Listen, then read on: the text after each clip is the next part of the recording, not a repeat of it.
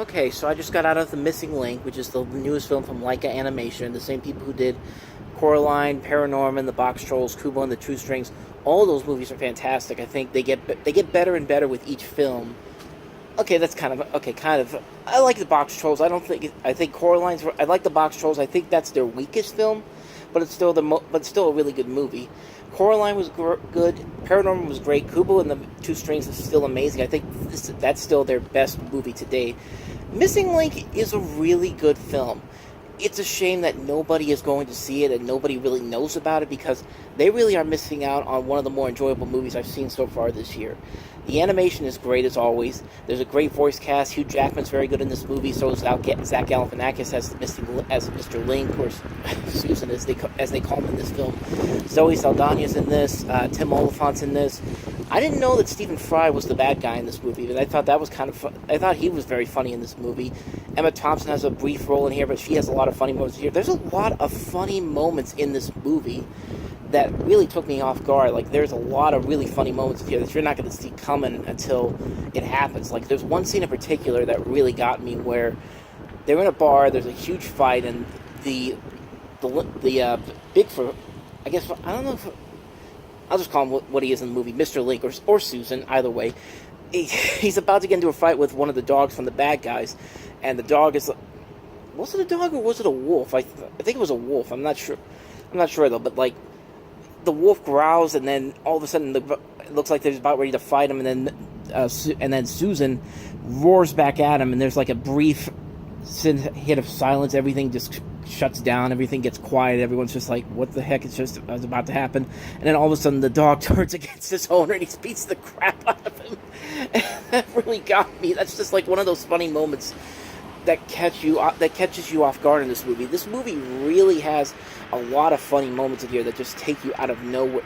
Where, like, the stuff that they give Emma Thompson's character in this movie is hilarious. I like that they don't go for the cliched riddle premise here. Like, they don't go for a cliche riddle like moments in there. They don't have a lie reveal. They don't have like a big misunderstanding situation. All that. Like, when they do, it's not in your face. That's what I should say. It's not in your face. It's not annoying. It's still a very fun movie, and it really does. It really makes me sad that nobody is going to see this movie because Leica Animation, they just have been on point these past 10 years. Coraline really put them on the map, and then Paranorman comes out, then The Box Trolls, then Kubo and the Two Strings. All those movies were big hits, and then this one comes out, and it's just like, nobody's going to go see it. Which is a shame because this is the same. Because the fact that this movie didn't make as much money as I think it should really tells you how I feel about the movie going public. It's just that, sometimes they don't know what they want to see. Like the fact that this movie doesn't make it is going to probably bomb for not even Universal because they're not even behind this movie. It's I think it's MGM. I'm not mistaken. So. The fact that this is probably going to bomb, and yet The Nut Job makes $100 million worldwide, and the Emoji Movie was a big hit. I don't know, man. I mean, I don't know. Maybe they should have released this in August, because actually, yeah, that's kind of a good point. They probably should have released this in August because nothing really comes out for families in August that are particularly good. For the most part, sometimes you'll get an exception like Pete's Dragon or Christopher Robin, but most of the time, August family films don't usually do that well, and yet the last couple of movies that they've done, like The Box Trolls, Coraline, Kubo, all those came out in August, and they were big hits, and probably that's what they should have done.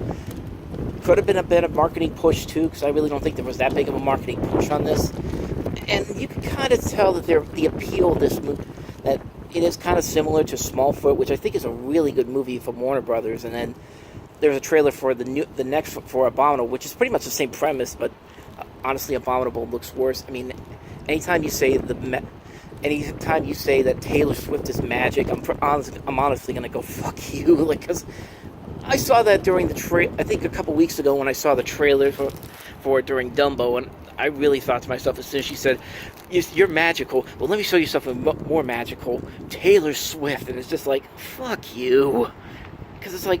Really? And it's DreamWorks Animation. DreamWorks makes good movies too, but come on, man.